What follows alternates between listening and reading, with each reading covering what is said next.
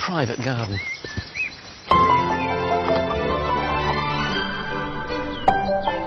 It's a rare royal invitation. Never before has the prince given up so much of his time to tell the story of Highgrove. I love it. To me, it's almost like an exhibition. I want to know why these gardens became an organic rallying cry, and find out what it's been like to deal with decades of criticism. Bewildered, frankly, though, as if you were doing something positively evil. Above all, what does this sanctuary and private home mean to the man who will be king? Everything I've done here, it's almost like your children, really. Every tree, everything has a meaning and belonging, really.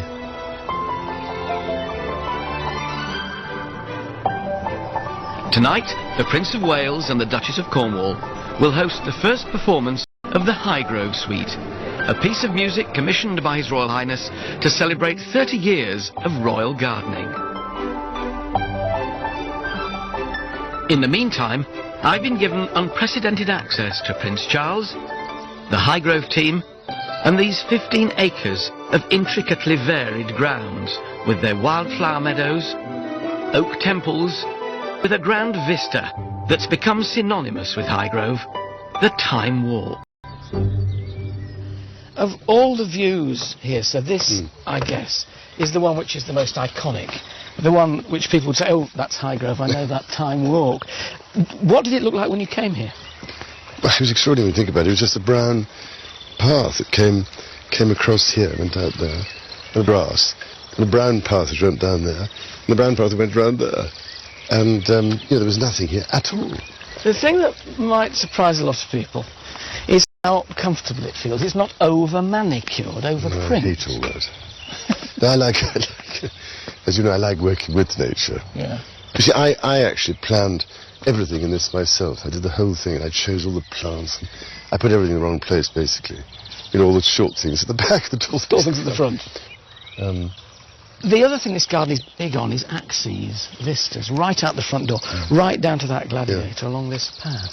You see, I just felt when I came here first, one of the things I did begin to realise was it's so flat that it needed vistas in all directions, with eye catchers. It was really from going to other people's gardens, looking in books and things. You suddenly get ideas. Well, you always go, pinch ideas from other people. Yeah. So it's interesting to think that everything we see here is less than 30 years old. Yes. The hornbeams on stilts. Yes.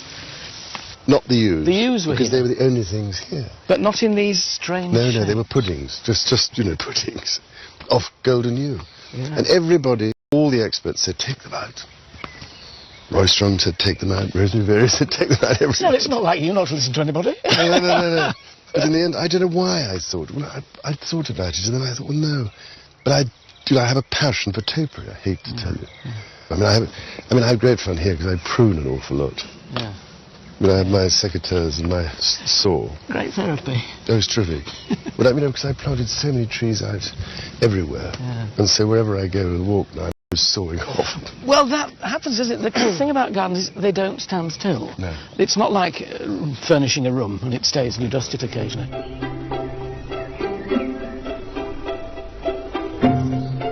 Highgrove is the family home of the Prince, the Duchess of Cornwall, and Princes William and Harry. This Georgian building of neoclassical design was built around 300 years ago, but the house was virtually destroyed by fire at the end of the 19th century and had to be rebuilt, passing into the ownership of Prime Minister Harold Macmillan's son Maurice before the Prince bought the property in 1980 with a view to creating a future family home in the countryside. You could have chosen any house and land anywhere, so why this one? And we see there's another place. I remember it was like that, trying to find a place for a picnic in the car. Do you remember? Oh, that looks... No, we'll go on a little bit. Do you remember? Yeah. You know you were. You ended up having the picnic where you got to the end. This place.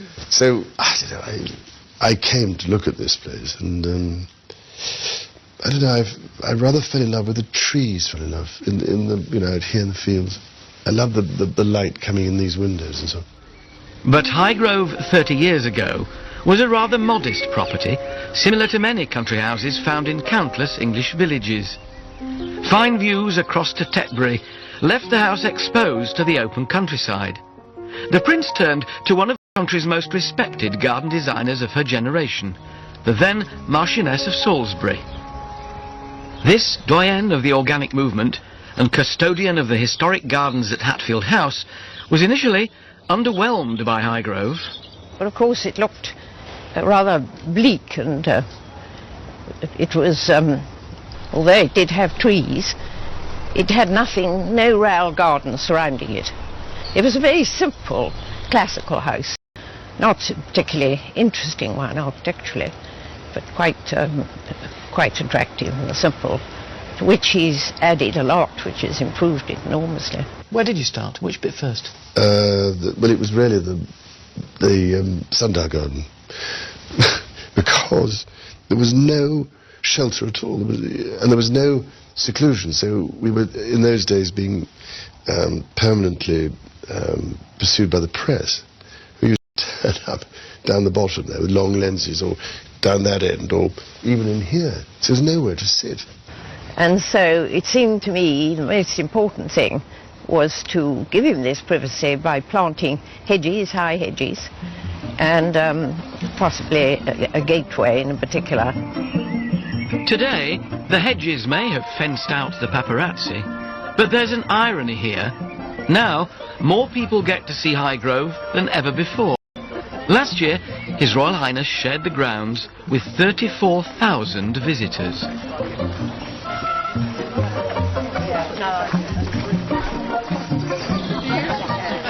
I remember when I first started on the garden tours, people were collapsing all over the place and there were no seats.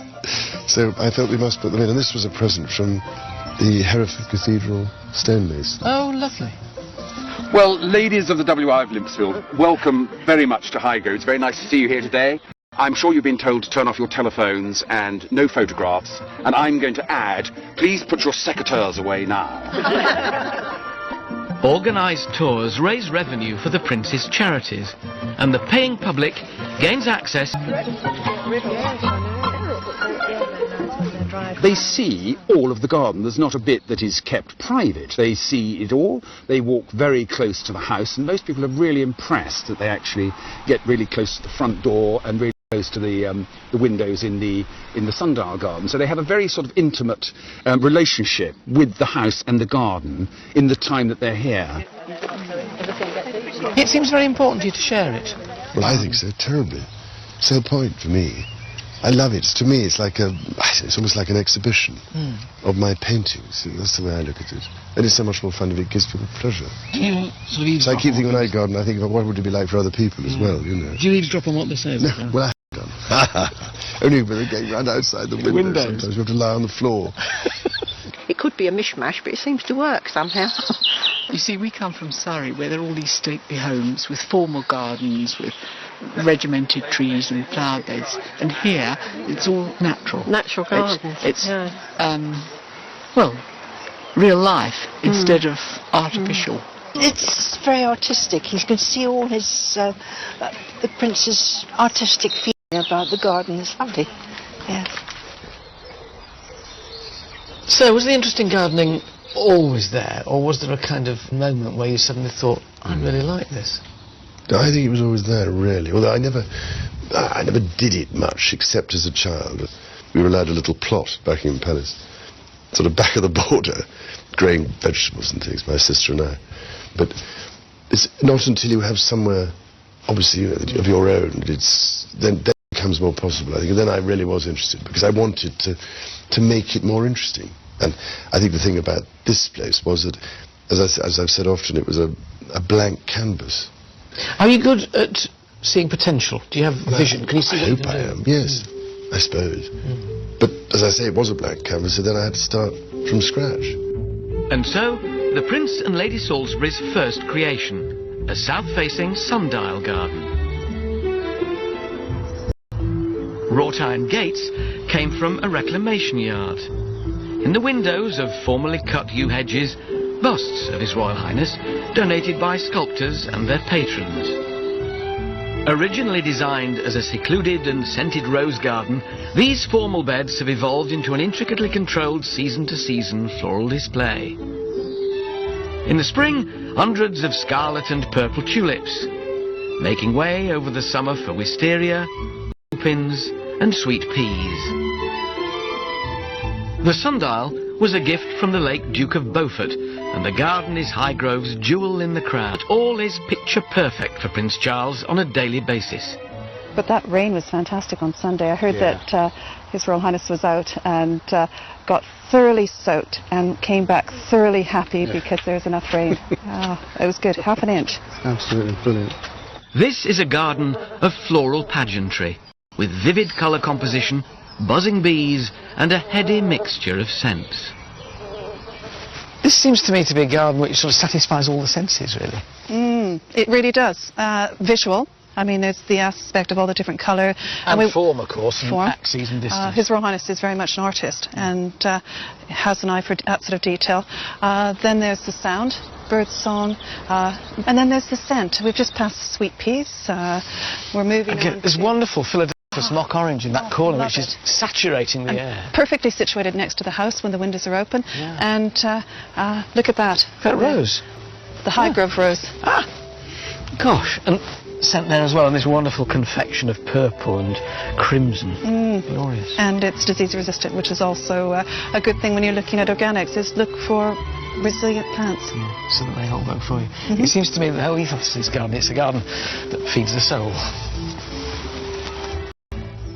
As we'll discover, Highgrove is a reflection of Prince Charles's spiritual and aesthetic aspirations, where gardening merges with art and music. The Prince of Wales has asked for the gardens to be captured in a suite of music. I think we may have added a beat there. It'll feature his very own harpist, Claire Jones. I did, just to make And the composer who has the task of taking the gardens and translating them into harmony is Patrick Hawes. I hope that this will be music which will speak to the Prince of Wales, because it's his garden. I mean, there's going to be a lot of people there at the premiere who can enjoy the piece of music as a piece of music, and there's going to be a garden tour just before the concert so they can identify the music with the garden. It's such a wonderful, exciting prospect that you can put something like a piece of music to this original idea that the Prince of Wales has had. It's such a great, fantastic opportunity to really create something that's very personal for him. This half-hour suite of music reflects Highgrove's grand design to garden in harmony with nature, but the embracing of organic principles has been a long and lonely road. For many years, the Prince of Wales seemed like a voice in the wilderness, as he warned of the perils of flying in the face of nature. Interesting, then, that those early concerns have since become matters of worldwide importance.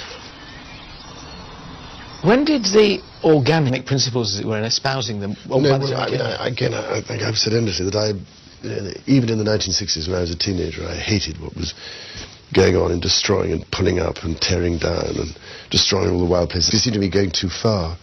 And so many of these things, taken hundreds of years.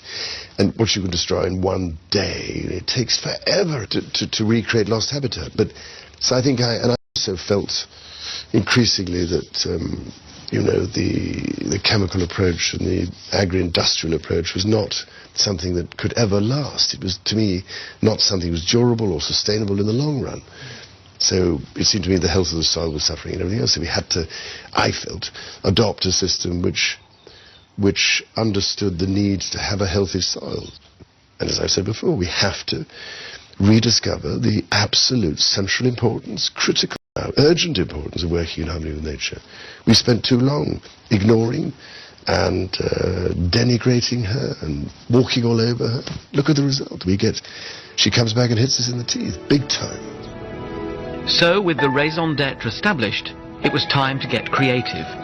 Highgrove has a look, a style, a managed wildness crowned by eclectic eye-catchers, sculpture, temples, and ornate creations.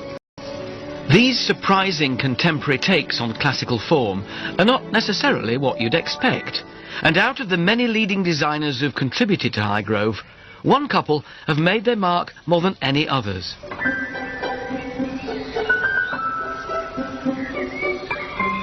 Julian and Isabel Bannerman view their garden at Hannam Court as a giant laboratory for their award-winning ideas. They use built structures, water, woodland and the wider landscape to create a deeply romantic, scented experience. I mean, we were there at sort of very beginning at Highgrove, and it was sort of great fun. It was the beginning of the sort of organic time, even though he had great thoughts about it. And it was a sort of heroic moment for him to be organic then. Now everybody accepts it, but it was a sort of very lost thing, and he kept at it and at it and at it, and I mean, even I was sort of slightly, not cynical, that's a bad word, I hate cynicism, but sort of doubtful of how you could garden this quite complicated garden, like time walks, without sort of resisting at midnight to putting a bit of spray on the couch grass creeping through. But I mean, he really has achieved it, and all the things that sounded rather boring, he ended up by being heroic about it. It sort of became exciting, didn't it? You clearly enjoy working with the Bannermans. There's a lot of their work about, and the stumpery and those temples with the driftwood sort of timpani at the top. Oh, they are wonderful ideas, I think. I mean, just that fountain in the middle of the stumpery, you know, with the bits of stone I had, and then the gunner on the top. That was the, I think, sheer touch of genius. Did you ever worry when things like that are going on? Is this going to work or not? Yeah. But Julian is wonderful because he's always saying, "Oh, it'd be such fun to do this," you know. And I said, "Well, Julian, yes, another idea. You have to pin him down." But they're both terrific, and their own garden is just magical. I mean, he had a job. I mean, he'd be probably running a garden design company too. So he's got his ideas, definitely. Millions of ideas. He's a very good head of a firm. I suppose that's why everybody at Highgrove calls him the boss in the garden, instead of my word, principe. But he's very good at gathering really good people around him and getting the best out of them and working with them. His Royal Highness and the Bannermans have created what many regard as the signature garden at Highgrove. The Stumpery is a striking prehistoric land of upturned tree stumps, gunnera, prickly rhubarb, hellebores, fountains and temples of seclusion. Gigantic sweet chestnut roots, carefully jumbled to create convenient, luscious pockets for ferns. And all a stage for a national collection of large leaf hostas, a particular passion of the Prince, thriving in shady glade. The Stumpery is like a lost world, revealing itself through twist and turn. The concept of garden rooms is quite well established, but the lovely thing about Highgrove is that you move from one garden room to another quite imperceptibly, and suddenly here you are, having come through the Stumpery arch in front of a temple made out of green oak, and the tympanum up there full of driftwood type branches, and in the back a Prince of Wales feathers saying greetings from Sierra Leone. I suppose this is quite a useful place in which to display gifts from all corners of the world. The Prince has a team of 12 gardeners, and they each have responsibility for a specific garden area. Andrew Tolman has looked after the Stumpery for the last 8 years. The Stumpery is kind of an iconic garden, really. It's just a reinvention of a Victorian idea, but this sort of stunning reuse of what is a redundant material of tree stumps to make a fantastic wildlife reserve, really. I think this garden is really kind of his stamp on the garden world, really. I mean, this is truly unique. I mean, there isn't anything like this in the rest of the garden world, and I think a lot of people that come to Highgrove come to see the Stumpery, and I think, to me, it just represents that kind.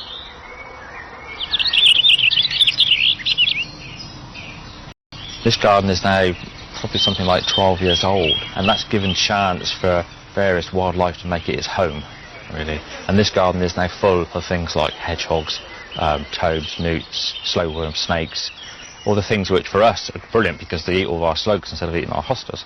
But they provide that kind of natural balance, and which is what we're really after.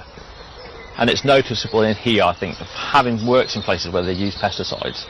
The big difference in this garden is the sheer amount of wildlife, and the sheer amount of bird song is just absolutely phenomenal. I've never worked in a place with the amount of bird song.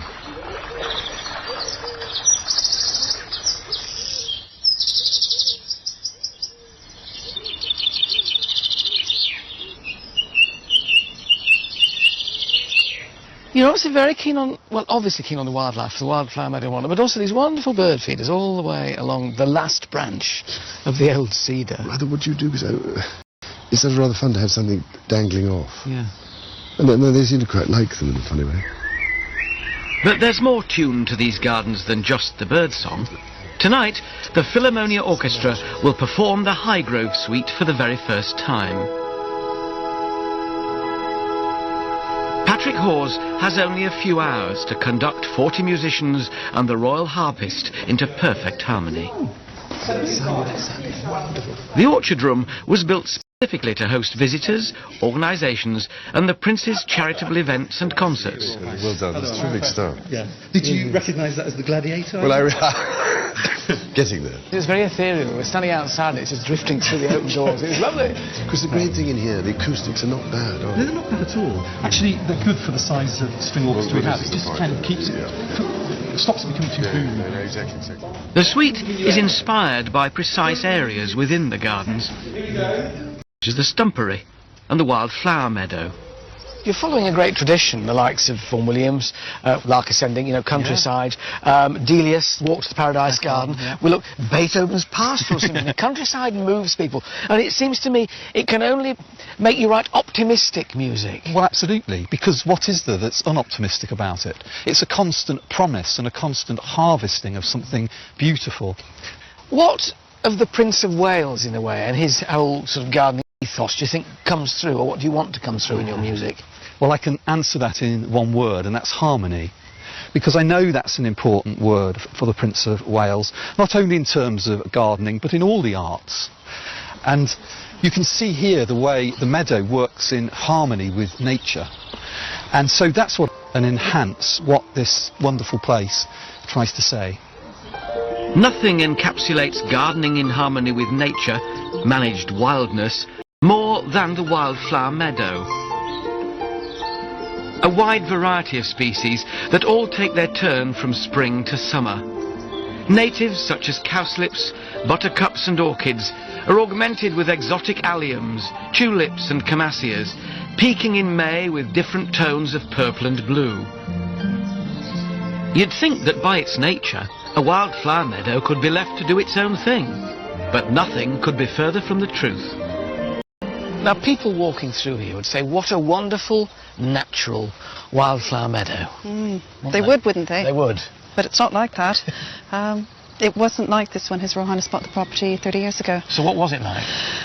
It was a meadow, but it was pretty devoid of any sort of wildflowers. It had chemicals used on it, so it was really not very species rich. And this is something that His Royal Highness wanted to create, something that he reminisced of what he saw in the 1950s, 60s, and had been lost in this country, and he wanted to recreate it. When you look at it now, it is the most vibrant carpet of so many different species. We've got little self-field down there, we've got masses of buttercups, marguerites, moon daisies, orchids over there, coming up like little purple candelabra. The secret then of getting a meadow like this is what? It's absolutely the opposite of what we need to do in the garden. There you want to enrich the soil, here you want to actually impoverish it. And that's why the yellow rattle, which you can see there, is the key element in any sort of meadow that's too rich. Because this is a wildflower which feeds off the roots of grass, so it weakens the grass that it grows along. It's a semi-parasite, that's really. It's in the same family as our snapdragon. Yeah. And it's such a pretty little one. And called yellow rattle because when the seeds are ripe, they rattle in their little... And it's just an annual as well. That's the other thing that you have to remember, so that it's important that you don't cut it too soon before the yellow rattle actually sets seeds and drop. So this is the key, isn't it, really, then, apart from making sure your soil is poor and introducing a good wildflower seed mix, is the right time to cut it. So when do you cut this? You can actually manage a wildflower for the species you want to encourage. So this one we cut mid-July to early August. I do think this is wonderful. Just a rough mown path, though, going through wildflowers. It's as bonny as any garden, really. One of the great joys about the meadow is going around now each year counting the orchids, the wild orchids. And that is a huge excitement because it was completely dead, this field, when I first came. Do you find now, sometimes you come out here and you think, actually I like this bit best because it's going to worry about a meadow and flowers, isn't it? But you have to have real patience again because it's just the constant management. And years and years later after I'm dead, hopefully it'll get better and better. If we talk about likes and Like something gardening, you obviously love topiary. Yep.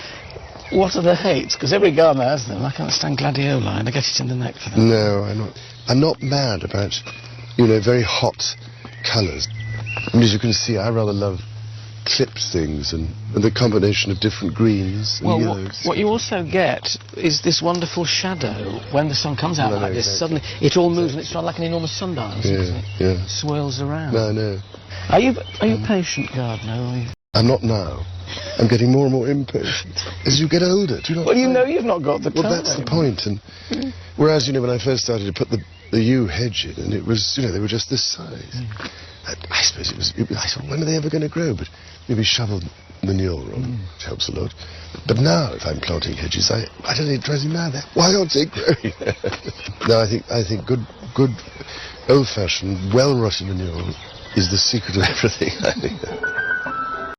Conventional gardening focuses on the plants, whereas organic gardening is all about nurturing the soil. Debs was keen to introduce me to the unsung hero of Highgrove. So this is the powerhouse of the garden then, Debs, the compost heap. It's actually the most important aspect in an organic garden, because what you need to do is feed the soil. What goes in must come up. Confuses a lot of people about composting. Nobody knows really quite what to put in. So what goes into your heap? Well, as you see, the grass clippings, we've got the shavings from the stables with the manure, which is great. We have anything from sort of the herbaceous material. Bulb seed as you cut off? That's right. The only thing we don't put in is any of the pernicious weeds. Bindweed, ground elder. Ground elder goes to the chickens. It comes back in a different form, but they love that. This now here is superb. So how old is this? It's wonderfully brown and crumbly already. Well, you've picked out the good bit, Alan. That's actually, you can see there's grass here as well. About 6 weeks since that stage. And it's warm. The heat generated by a compost heap is astonishing, and that's the bacteria actually rotting it down. That's what makes the really good compost. This is 6 weeks then. What's this lovely brown, crumbly Christmas? Isn't that great? And that's still, we're talking about, 12 weeks? 12 weeks. Not far. You see, from that to that in 12 weeks is astonishing. I mean, I've always found the secret at home is mixing everything together, keeping it relatively firm so it doesn't dry out, and relatively damp, but nevertheless not soggy. That's right, and that's why turning it gets air into it, and air is a really important aspect of it, so that all the bacteria and everything can actually work properly. So this now is ready when you want it to go back? No. Really? I mean, we've got it composted down, but it still needs to sort of age, like a good wine. It needs weeks. You must be grateful for it at this point. No. It does need to mature, because it's actually just too hot still to put on the garden. So you let it mature. And literally, you can see we've got the next one, which is sitting there, and that's almost... I don't believe this. 4 stages of compost. Yeah. Not just 2. So start to finish, how long? 12 weeks to get to where it's really well sort of processed, but then, to be honest, I'd rather leave it for 4 months to 6 months before we actually put it on the garden. So it's the panacea for all ills, but how much of it do you produce in a year? A heck of a lot, and not enough. It's the trouble in the garden, the 2 things that are never big enough. 1, your greenhouse, 2, your compost heap. It's this level of behind-the-scenes industry at Highgrove that allows the creation of such elaborate gardens. Everywhere you go, there's a richness of detail, whether it's the path you're walking on here with these stones on end, or the wonderfully weathered stumps with ferns billowing from them, carvings on the back of gazebos and summer houses like this one. You get to the point where you think, well, maybe it's just for show, but then you're reminded that this is a family garden. There's a tree house up there. Look inside it, you'll see a child's tea set. Well, 2 children's tea set. I don't think there is anymore, but Princes William and Harry had a great time in there when they were younger. When you go around the garden, it still does feel like a family garden. It's lived in, from the tree house to little arbours to sit-in. So clearly it's a garden which is very used by the family. Well, yes, I mean, I'm glad you think so, anyway, because I'm always intrigued what people think it's going to be like before they come. They all think it's going to be frightfully sort of manicured and formal, and I don't know why they think that, but anyway. And so when they come, they're amazed. They think, gosh, there's a weed, look, there's nettles or something. Well, why is that grown over the paths? Do you think it gives them confidence themselves, thinking, oh, mine's as good as that? So. But it's not like, well, I don't know. It's not like painting. When I see it, rather like painting a watercolour, my gardening. You want to lay on the colour. Don't be sort of careful about it in some ways. I used to be frightfully careful when I started, but now great thing is to slap it on, if you can. And so I rather see it like painting a picture. Do your sons, do the princes, share your passion for gardening? No, not yet, I don't think. But you never know. One day, perhaps, when they have somewhere of their own, then... That seems to be the key. It seems to be ownership and custodianship. Yeah, so I mean, they're not... No, they're not people who rush off and like potting up things or whatever else, or planting at the moment, but you never know. But I didn't do that very much either when I was young. Over the last 3 decades, an acre of fruit and veg is grown in the walled garden for the house and its guests, yet every detail has been aesthetically thought through. Just because a garden is utilitarian, it doesn't mean it can't be beautiful. All the fruit trees here are trained. These are in all great spheres atop single stalks, and then you come to a tunnel of apples that you can walk under. The beds in front where the herbs grow are decorative. A hedge here of rosemary, angelica and lovage, interwoven with golden marjoram. It's a William Morris of a garden. Have nothing in it that you do not believe to be beautiful or know to be useful.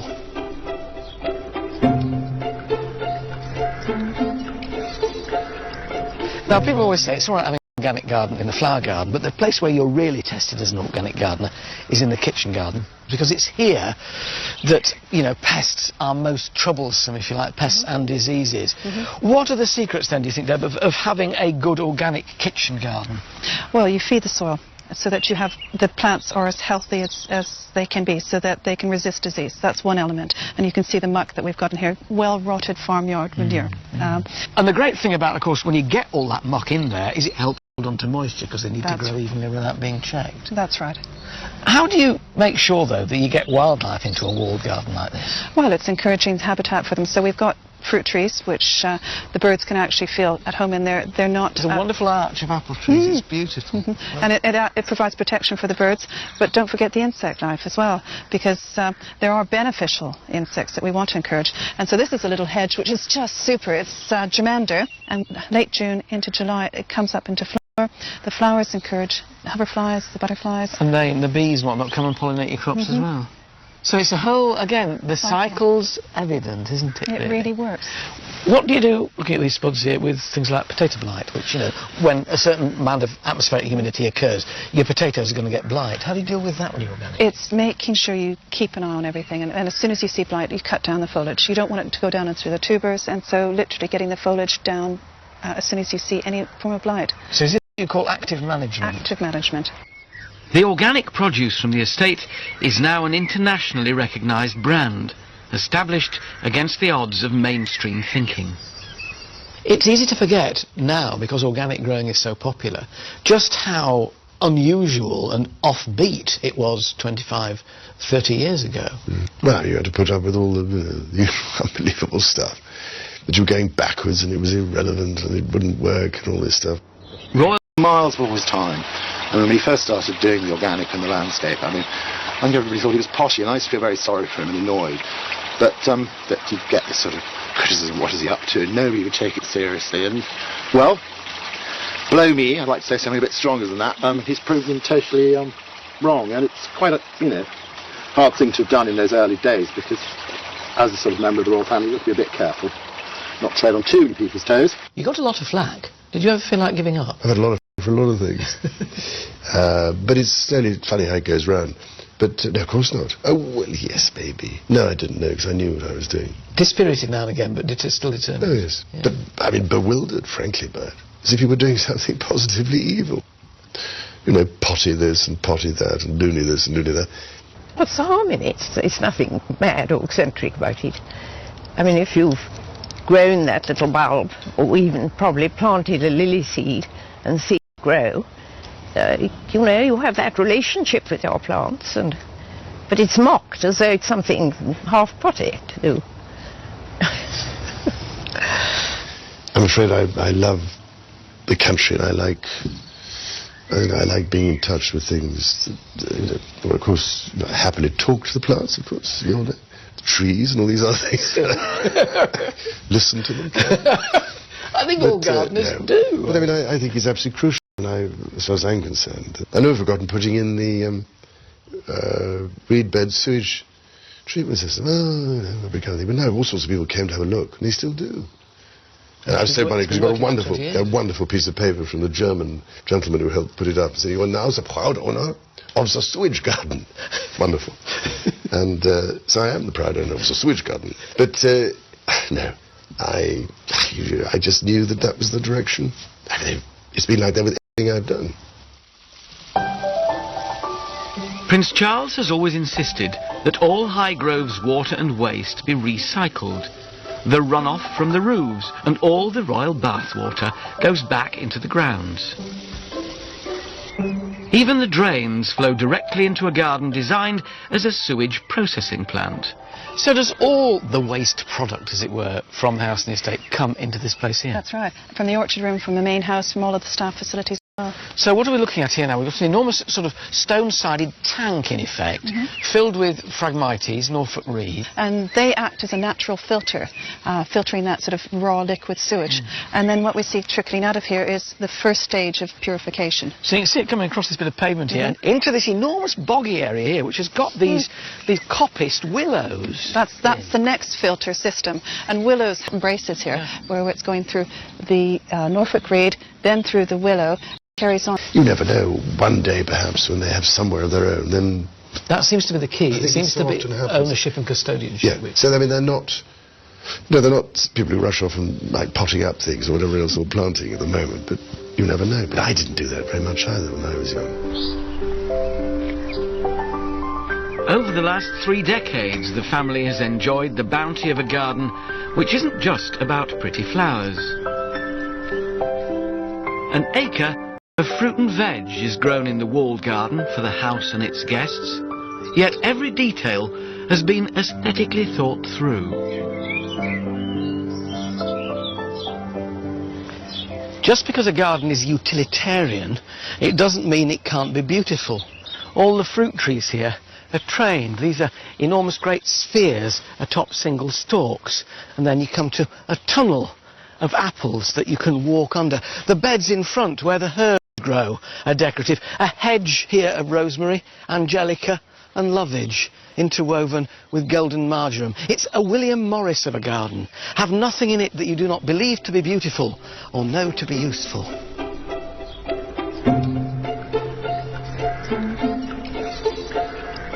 Now, people always say it's all right having an organic garden in a flower garden, but the place where you're really tested as an organic gardener is in the kitchen garden, because it's here that, you know, pests are most troublesome, if you like, pests and diseases. What are the secrets, then, do you think, Deb, of having a good organic kitchen garden? Well, you feed the soil so that you have the plants are as healthy as they can be, so that they can resist disease. That's one element. And you can see the muck that we've got in here, well-rotted farmyard manure. And the great thing about, of course, when you get all that muck in there, is it helps hold on to moisture, because they need to grow evenly without being checked. That's right. How do you make sure, though, that you get wildlife into a walled garden like this? Well, it's encouraging habitat for them. So we've got fruit trees, which the birds can actually feel at home in there. They're not... There's a wonderful arch of apple trees. It's beautiful. And it provides protection for the birds, but don't forget the insect life as well, because there are beneficial insects that we want to encourage. And so this is a little hedge which is just super. It's germander, and late June into July it comes up into flower. The flowers encourage the hoverflies, the butterflies. And the bees and whatnot come and pollinate your crops as well. So it's a whole, again, the cycles... isn't it? It really works. What do you do, looking at these spuds here, with things like potato blight, which, you know, when a certain amount of atmospheric humidity occurs, your potatoes are going to get blight. How do you deal with that when you're organic? It's making sure you keep an eye on everything, and as soon as you see blight, you cut down the foliage. You don't want it to go down and through the tubers, and so literally getting the foliage down as soon as you see any... From the estate is now an internationally recognised brand, established against the odds of mainstream thinking. It's easy to forget now, because organic growing is so popular, just how unusual and offbeat it was 25, 30 years ago. Well, you had to put up with all the unbelievable stuff. That you were going backwards and it was irrelevant and it wouldn't work and all this stuff. Royal support for the organic cause provided acres of copy for the press. He was miles before his time. And when he first started doing the organic and the landscape, I mean, I think everybody thought he was poshy, and I used to feel very sorry for him and annoyed. But this sort of criticism, what is he up to, and nobody would take it seriously. And, well, below me, I'd like to say something a bit stronger than that, he's proved him totally wrong, and it's quite a, hard thing to have done in those early days, because as a sort of member of the royal family, you have to be a bit careful, not tread on too many people's toes. You got a lot of flack. Did you ever feel like giving up? I've had a lot of flack for a lot of things. But it's only funny how it goes round. But no, of course not. Oh, well, yes, maybe. No, I didn't know, because I knew what I was doing. Dispirited now and again, but still determined. Oh, yes. Yeah. But, I mean, bewildered, frankly, by it. As if you were doing something positively evil. Potty this and potty that, and loony this and loony that. What's the harm in it? It's nothing mad or eccentric about it. I mean, if you've grown that little bulb, or even probably planted a lily seed and seen it grow, you have that relationship with your plants, but it's mocked as though it's something half potty to do. I'm afraid I love the country, and I like being in touch with things.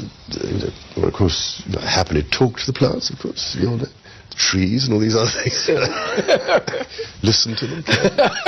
I think all gardeners do. But I mean, I think it's absolutely crucial. I mean, as far as I'm concerned, I've never forgotten putting in the reed bed sewage treatment system. Oh, that kind of thing. But now lots of people came to have a look, and they still do. And I was so funny because we got a wonderful piece of paper from the German gentleman who helped put it up. Said, "You are now the proud owner of the sewage garden." Wonderful. And so I am the proud owner of the sewage garden. But no, I just knew that was the direction. I mean, it's been like that with everything I've done. Prince Charles has always insisted that all Highgrove's water and waste be recycled.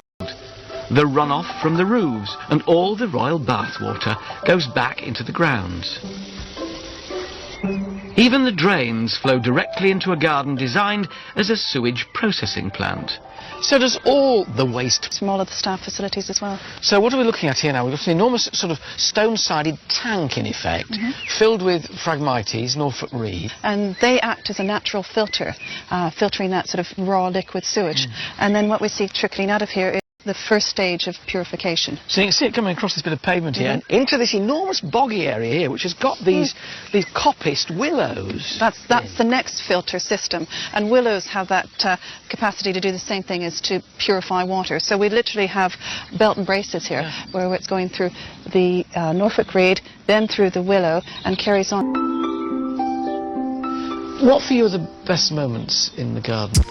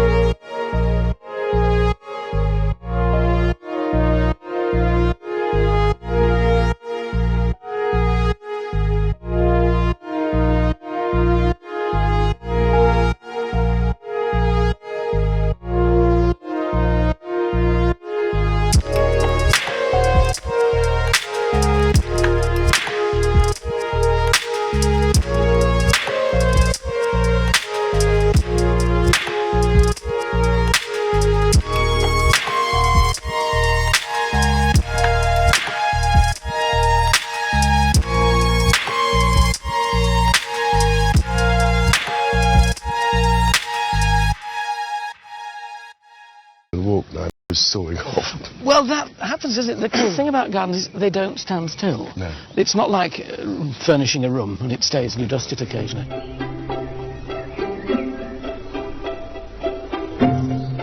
Highgrove is the family home of the Prince, the Duchess of Cornwall, and Princes William and Harry. This Georgian building of neoclassical design was built around 300 years ago, but the house was virtually destroyed by fire at the end of the 19th century and had to be rebuilt, passing into the ownership of Prime Minister Harold Macmillan's son Maurice before the Prince bought the property in